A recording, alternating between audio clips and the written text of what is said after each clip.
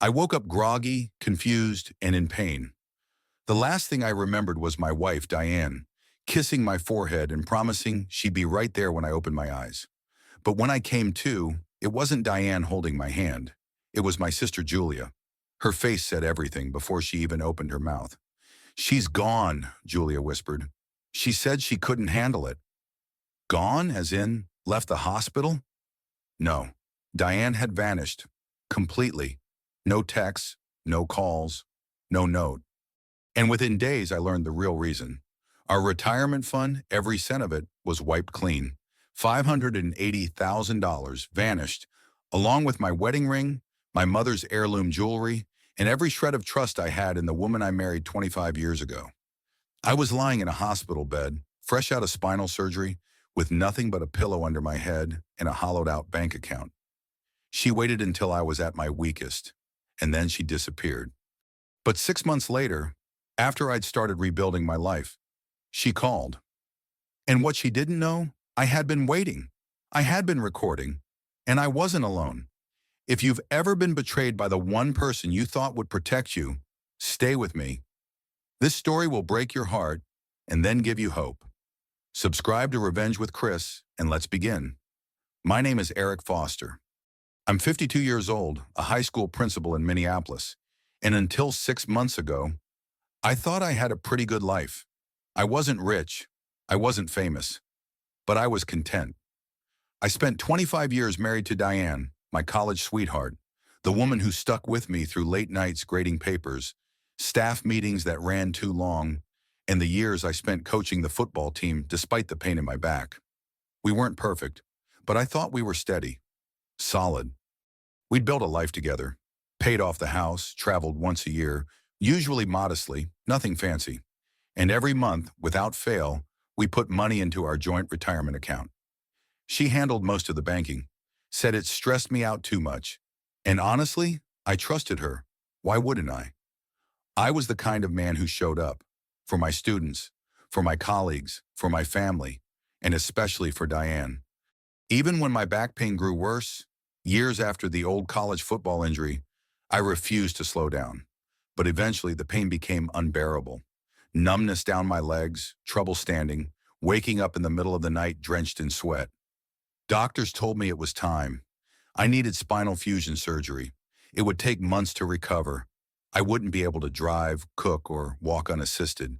But if I didn't do it now, I might not walk again in a few years. Diane drove me to every appointment, sat through every consult, held my hand when they showed me the x-rays, told me she was proud of me for finally choosing myself. We scheduled the surgery for a Friday morning. Diane took the day off work. She packed my overnight bag, brought my favorite flannel blanket, and even made sure I had gum for when I woke up with a dry throat.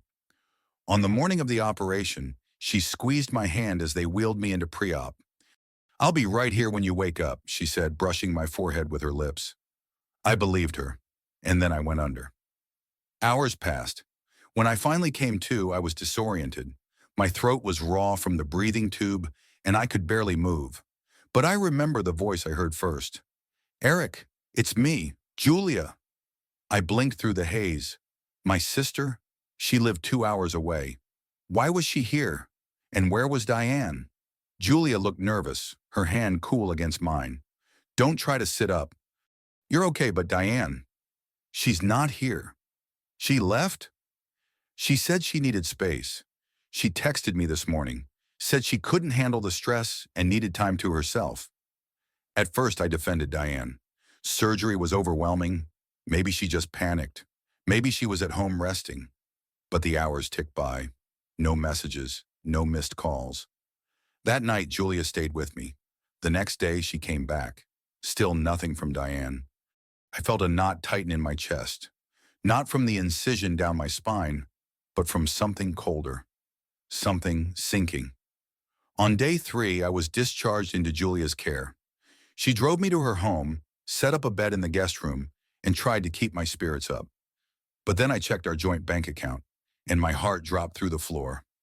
Balance, 0 My stomach twisted. I checked the retirement account next. Closed, no trace. I logged into our brokerage account. Liquidated. Even our safe deposit box had been emptied. I called the bank. They confirmed it. All transactions authorized by Diane. Transfers made to a separate bank. Some cash withdrawals too large for daily limits. Processed in person over multiple days. It wasn't a panic decision. It had been planned. And just like that, everything we'd built together was gone. I stared at the bank app on my phone like it was lying to me. Refresh, refresh again. Still zero. It felt like I was in some twisted dream. Like maybe the anesthesia hadn't worn off yet, and I was hallucinating. But it was all real. The retirement account we'd spent 20 years building, the money we talked about using to buy a cabin up north, to travel once I finally retired from the school district, it was gone. And so was she. No voicemail, no apology, just silence. I called her number, straight to voicemail. I texted. Nothing. I even emailed, twice. By day 5, reality started closing in like a storm cloud. Julia, bless her, tried to keep things light. She cooked, adjusted my pillows, helped me get to the bathroom, and even took time off work to be there. But I could see the concern growing behind her eyes. On the 6th night, she sat down across from me after dinner with a glass of wine and said, "Eric, I don't want to upset you, but I think you need to call the police." At first I laughed. Diane was my wife. She didn't steal the money, right? It was our joint account. But the words caught in my throat. That was the problem. It was our joint account. Legally, Diane had access to everything. She didn't forge my name. She didn't break any locks. She simply took it, everything. But morally, she'd committed a kind of robbery I wasn't prepared for. Not just of our money, but of trust, of time, of the life we'd built. I did file a report just in case. The officer was polite but blunt. If it's a joint account and you have no written agreement limiting her access, there's not much we can do. It's a civil issue, not criminal. My stomach sank. Diane had known exactly what she was doing. Over the next few days, the damage deepened. I called our financial advisor. He had tried to reach me during my hospital stay. Said Diane had shown up in person 2 days before the surgery, requested full liquidation, citing an urgent family relocation, and signed every document herself. She even requested the checks be mailed to a new P.O. box in Arizona. That's when it hit me. She planned this. For weeks, maybe months. And I had been too busy limping from class to class, grading essays, trying to save every penny for a peaceful future, to notice. I called her sister Claire. No answer. I called again. Voicemail. I left a message. "Claire, I know you know something. Please, just tell me Diane is safe." No response. Days turned into weeks. I was still on painkillers, still using a walker, still needing help to shower. And on top of it all, I was financially ruined. I sold my car to cover medical bills, filed paperwork to pause my mortgage, only to learn Diane had already taken out a second line of credit on the house. The bank was assessing whether they could repossess it. I couldn't return to work. I couldn't stand more than 10 minutes without shaking. I was humiliated. Even worse, I couldn't talk about it. What do you say? My wife robbed me while I was unconscious in a hospital bed? Who would believe that? But Julia believed me, and that's what saved me. One night when I couldn't sleep, I sat in the living room and broke down. Told her everything. My guilt for not seeing the signs, the shame of being used, the anger I didn't know where to put. Julia listened. Then she stood up and said, "We're not letting her get away with this. Not now. Not ever." The next morning she called a lawyer. And I called a private investigator. I wasn't just going to survive this. I was going to remember everything. Because if Diane ever came back, if she ever tried to justify what she did, I needed more than anger. I needed proof. The moment I crossed the line from heartbroken to furious came quietly. I was sitting on Julia's porch, watching her dog chase leaves in the yard, when I got the final confirmation from the private investigator. "Eric," he said over the phone, "your wife is in Las Vegas. She's staying at the Bellagio under her maiden name, and she's not alone." He paused. "She's with a man named Martin Delgado, casino floor manager. Married, by the way. They've been seen together for weeks. Multiple hotel stays. And Eric, she's gambling." I felt my chest cave in, not from heartbreak this time, but from clarity. She hadn't cracked under pressure. She hadn't run because she panicked. She'd chosen this. This wasn't a breakdown. It was a betrayal. Deliberate, calculated, cold.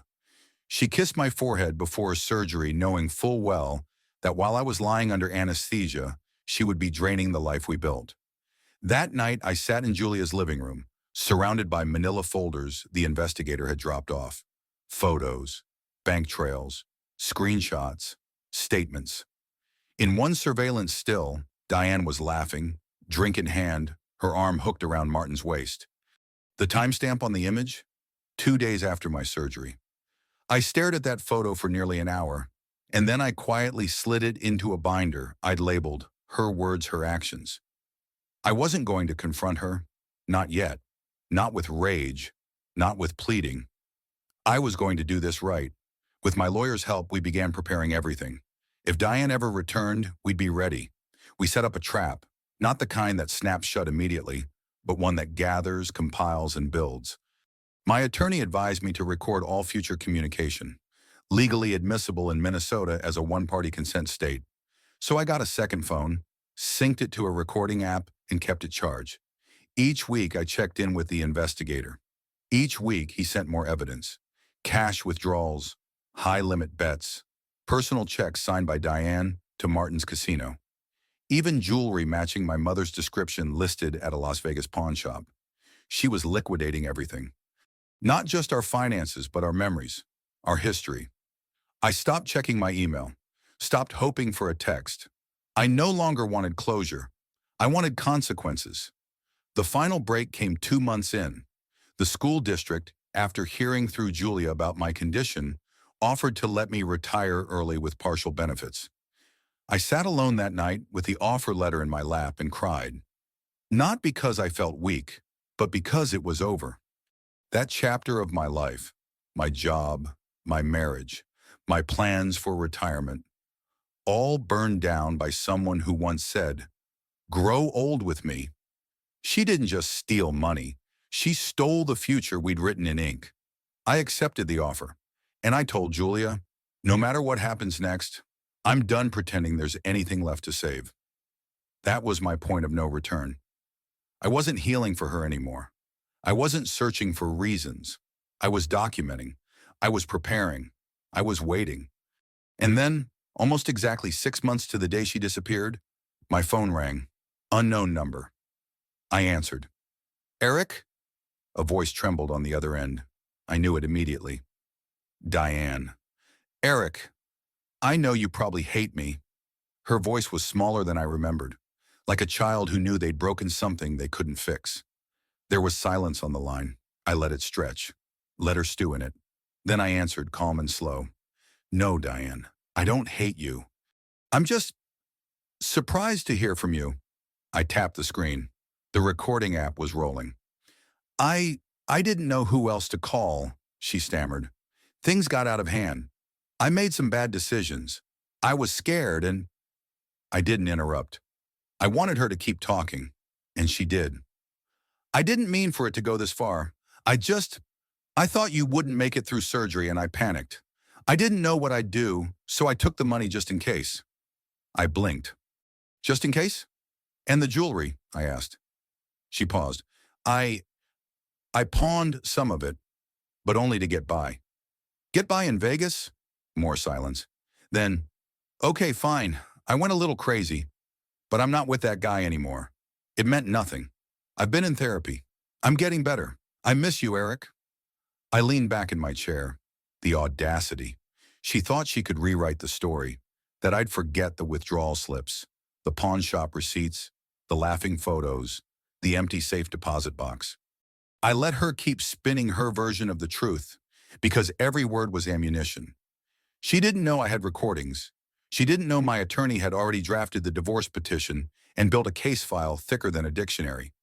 She didn't know the private investigator had traced the Arizona shell accounts and linked them to Diane's sister Claire, who'd unwittingly signed her name on a wire transfer connected to the stolen retirement fund.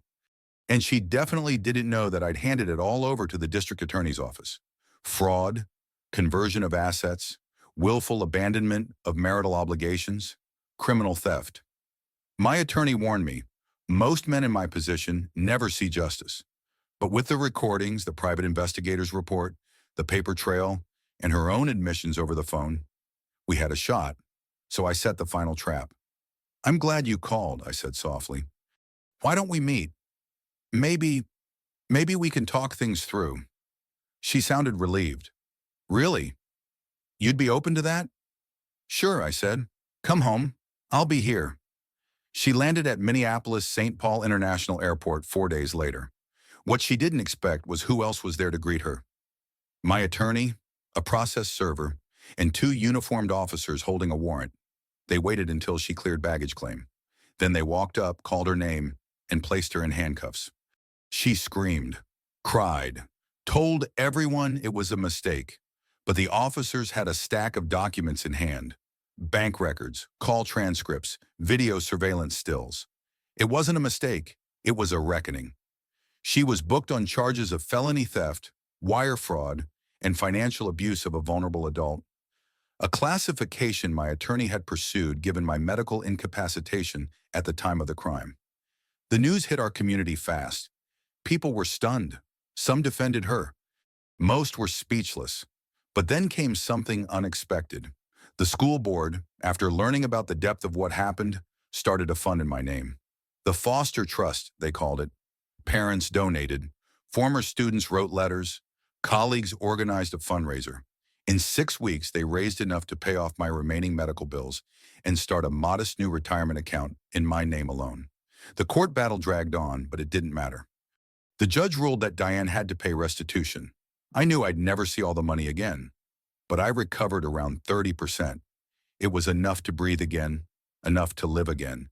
And when Diane sat across from me in the courtroom, eyes hollow, wrists cuffed, asking if I could ever forgive her, I leaned forward and whispered, I already did, but forgiveness doesn't mean you come back. Courtroom 4B was colder than I expected, not just from the air conditioning, but from the silence, from the tension that wrapped around the benches like smoke. Diane sat just a few feet away, her once perfect hair pulled into a messy bun. No designer handbag, no polished nails, just a plain jumpsuit and eyes that didn't sparkle anymore. She avoided mine the entire time. My attorney stood confidently as the judge reviewed our case. Everything was laid bare, chronologically, meticulously, undeniably. Surveillance footage from the Bellagio, pawn shop receipts with her signature. Audio of Diane confessing to draining our accounts, lying about my condition, and hiding assets in her sister's name. The most damning part? Her words on tape. I didn't think he'd make it through surgery anyway, so I figured, why not take what I could? There it was. Cold, calculated, heartless. The judge didn't flinch. He looked at Diane, then at the stack of evidence and said, I've seen financial betrayal in divorces, but rarely with this level of premeditation. This wasn't a moment of weakness. This was a plan. She cried. She tried to explain herself. Claimed she was overwhelmed, manipulated by the man she met in Vegas, emotionally unstable, that she never meant to hurt me, just needed to escape. But the damage was done. The court granted me a full divorce on grounds of financial cruelty and abandonment. Diane was ordered to pay restitution of $389,000, including penalties, legal fees, and the estimated value of the stolen heirlooms. Of course, she didn't have that kind of money anymore. She had gambled most of it away. Martin Delgado had long since disappeared, likely with a chunk of the winnings Diane never told the court about. The judge set up a long-term payment plan and placed liens on anything Diane might earn or inherit. But honestly, I didn't care about the money anymore. I had something far more valuable: my dignity, my voice, and, maybe for the first time in years, peace. Outside the courtroom, I was met with unexpected faces, former students, a few teachers. Even the janitor from my school showed up. They'd heard the story, not from me, but from each other, from the community that had quietly rallied behind me when I wasn't strong enough to speak. One young man, Troy, a student I once mentored through his parents' divorce, hugged me tight and said, Mr. Foster, you always told me that strength isn't loud. It's consistent. And you've been the strongest guy I know. That nearly broke me, because for months I'd felt anything but strong. I'd felt humiliated, used, old, fragile. But standing there under the cloudy Minneapolis sky, I realized something. Diane had tried to erase me, but I was still here, and I was never alone. The fallout came in waves. Diane was placed on probation, required to attend financial rehabilitation and community service. She filed for bankruptcy within 2 months. Her family, who had defended her early on, cut contact after the court proved she had involved Claire in the fraud. The man she ran off with? Turned out he'd been married the whole time, with 2 kids in Nevada. He never spoke to her again after her arrest. As for me, I didn't rush to rebuild. I moved slowly, carefully. Julia and I found a smaller house. Cozy, quiet, a place where I could sit on the porch, feel the breeze, and let go of the weight on my chest. I took up photography, something I used to love before the pain took over my life. I walked again. Not far, not fast, but steadily. Every step was mine. And one day, while helping at the school's spring fundraiser, I reconnected with someone I hadn't spoken to in years. Melissa, our school counselor. She'd always been kind, always soft-spoken, always the one to ask how I was doing long after the staff meetings ended. She never pitied me, just listened. And over time, those small conversations turned into coffee. Coffee turned into dinners. Dinners turned into something I hadn't felt in a long time. Hope. 3 years later, I'm sitting on a porch swing that creaks gently beneath me, the sun setting over a quiet Minneapolis neighborhood. Next to me is Melissa, now my partner, my friend, and the calm I never knew I needed. She didn't try to fix me. She just stood beside me while I rebuilt myself brick by brick. We didn't rush into anything. We gave each other space to be broken, to be honest, and to heal. Slowly, love grew, not from what we lost, but from who we became. Julia still visits every Sunday. She brings lemon pie, just like Mom used to make. Sometimes we talk about Diane. Most times we don't. The restitution payments come in small checks every few months. I don't cash most of them. They sit in a drawer like bookmarks from a chapter I've already finished reading. The pain didn't vanish. Some nights I still dream of that hospital bed, of waking up to find the person I trusted most had vanished. But in those moments, I remind myself, she left, but I stayed. I survived the surgery. I survived the betrayal, and I came out the other side with my soul intact. So here's what I've learned. You don't need to get even. You need to get free. Let them carry the weight of what they did. You carry only the lessons. What did you think of this story? If you were in my shoes, would you have taken her back or stood your ground? Drop your thoughts in the comments. I read everyone. Let me know where you're watching from. And if this story moved you, don't forget to like and subscribe to Revenge with Chris for more true stories of betrayal, strength, and unexpected redemption.